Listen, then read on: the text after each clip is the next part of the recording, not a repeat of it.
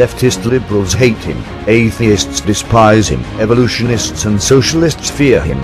Certain other talk show hosts are jealous of him. The White House administration knows who he is, but this is why you listen to Carl Freedom Friday with Carl Gallups, the Oval Office of Gulf Coast Talk Radio.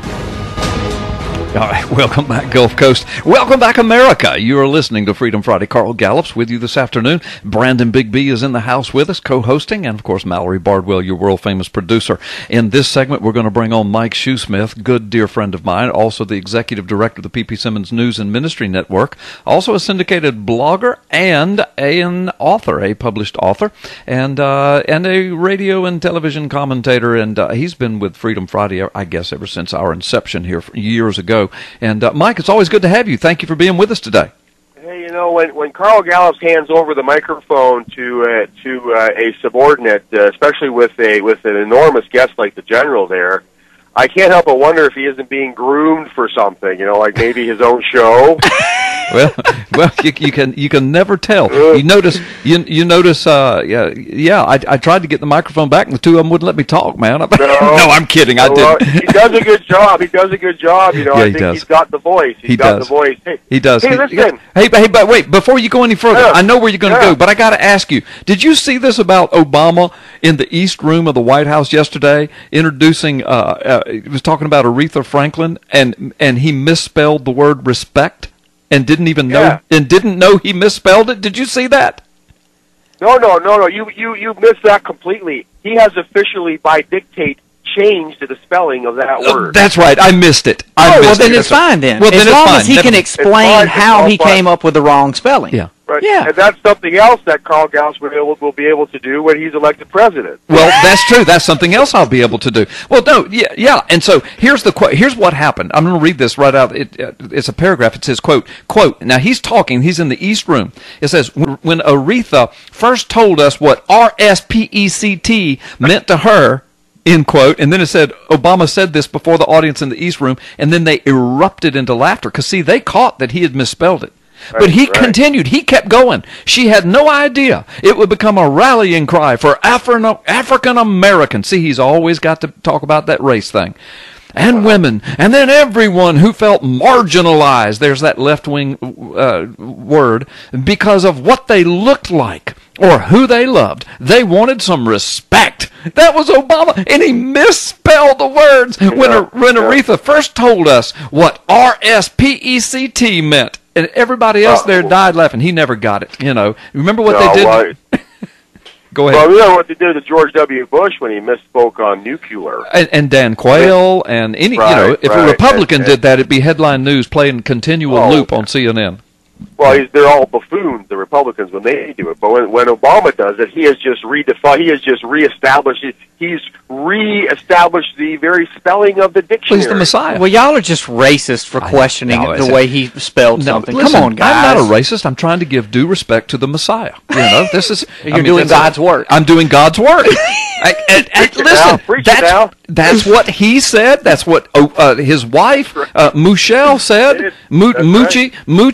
Michelle Obama said that, you know, if you're dealing with Obamacare, you're doing God's work. Both of them said that. Yeah. Listen, she may be exactly right. Well, yeah. When you help him spread the message, you're doing God's work. So come on, Carl. What'd you say, Brendan? I said she and he both may be exactly right.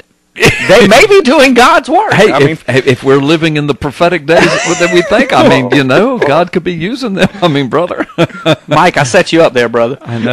Well, let's bring the kite back down to the ground here and get real for a second, shall we? Yeah, let's talk about what America would look like in 2016 if Romney was the president. Hey, you ever wonder that? Hey, if Mitt Romney had won in 2012, what America would look like in 2016? I think we have an example here in Michigan of what America would look like, and the world, in fact, would look like if Barack Obama had lost in 2012 and Mitt Romney had won. Now, people will say, well, Mitt Romney, he's a Mormon. I mean, why would you endorse a Mormon? Well, the same reason, you know, I mean, there is no, we've talked about this, we have talked about this ad nauseum, that there is no religious test to be president.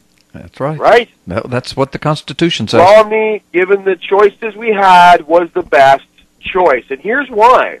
Romney, now you guys know how I feel about lawyers. Romney's not a lawyer, right? Right. And what is he? He's a successful businessman, right? Right. Now here's what happened in Michigan. Now Michigan is sort of a microcosm example of what we could superimpose what happened in Michigan to the country as a whole, I think, because what happened in Michigan was it was run by a liberal Democrat named Jennifer Granholm. She's a Canadian, by the way, so she might be running for president next. I don't know. Yeah, probably. She's a Canadian. Yeah, Jennifer Granholm ran Michigan into the ground. Right. In fact, this will amaze you. In fact, Frank Beckman, he's a radio morning host out of Detroit, and he interviewed people. I'll never forget this.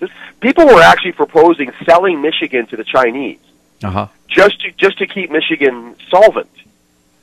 Michigan was on the verge of bankruptcy as a state, and this was Jennifer Granholm drove that state into the toilet, destroyed it. It was an amazing thing to watch. I live near Detroit, near Michigan, near the border with Michigan, and it was amazing to hear day after day the constant malaise coming out of Michigan. It was amazing, and here's just an example of the dire straits they were in. Think about the vastness of Canada. Canada, 33% larger than the United States, right? Right. Canada, the vastness of Canada. We only have 10% of the population of the United States, right? Think about this. The number one industry during when the car industry fell apart in Michigan, the number one industry in Michigan was importing garbage from Canada. Our garbage, Carl. Wow. Our garbage was crossing the border into Michigan landfills. This was their number one industry. Garbage, right? Yeah. Under a liberal Democrat governor, Jennifer Granholm. Granholm was very tight with Obama. She was on the Obama election committee. She was one of the people who pretended to be a female contender. She pretended to be Hillary, for example, in debate practicing. When they were practicing debates, she would go and pretend to be Hillary in the debate. She helped Obama get elected. Yeah. Right? Now, when she was finally term limited out 5 years ago. And who was elected? Rick Snyder was elected. What is Rick Snyder? Rick Snyder is not a lawyer. Rick Snyder is a businessman. Now, don't forget that Mitt Romney is from Michigan, right? Right. So there we have that connection. Now, Rick Snyder is a businessman. Today, 5 years later, he's in his fifth year as governor of Michigan. There is a row, a dispute going on in the headlines in Michigan today. You know what it's about? It's about what to do with all the surplus money they have in Michigan. They're debating whether to. They're actually talking about giving money back to the taxpayers in Michigan. That's a nice problem to have. Well, listen. Now, what does that tell us? That tells us that in 2012, America had the opportunity to kick the lawyers out of the Oval Office. My goodness. Now, we have talked about this in the past, how the lawyers are responsible for destroying the country, and I think destroying the world.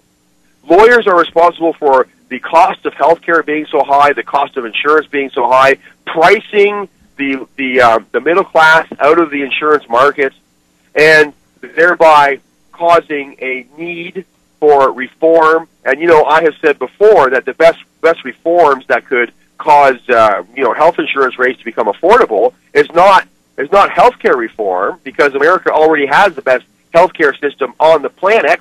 I know from firsthand personal experience that America has the best healthcare system on the planet. The kind of reform required to fix the insurance issue is tort reform, to fix the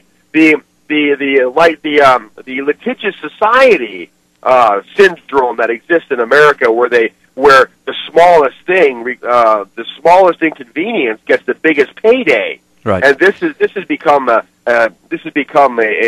such a huge problem in America that people looking to retire at the age of 30 because they spill hot water on themselves.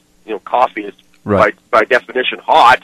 That has given rise to, because at the end of the day, McDonald's and Walmart and all these people, somebody slips and falls in Walmart, they get $3 million. Walmart doesn't pay for that. Right. At the end of the day, their insurance company pays for that. Their slip and fall insurance, or what are they all? They insurance for everything.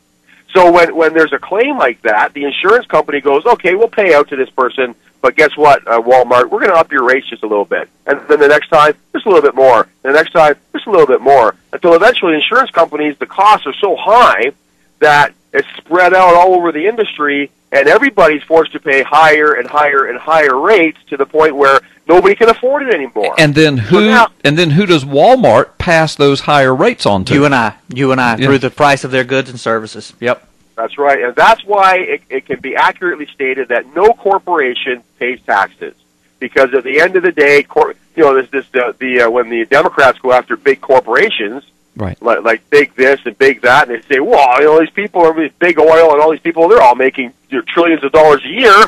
Why is that fair? We have to tax them. Well, at the end of the day, a corporate tax rate hike is a personal tax rate hike. Yes. Because when we go in to buy gas, when we go in to buy this and that, whatever, we're paying the taxes that the government has enforced on corporations. Right. I mean, this is basic economics 101. Well, and the Democrats are using the high cost of insurance to take over the healthcare system. These lawyers taking over the healthcare system and using it.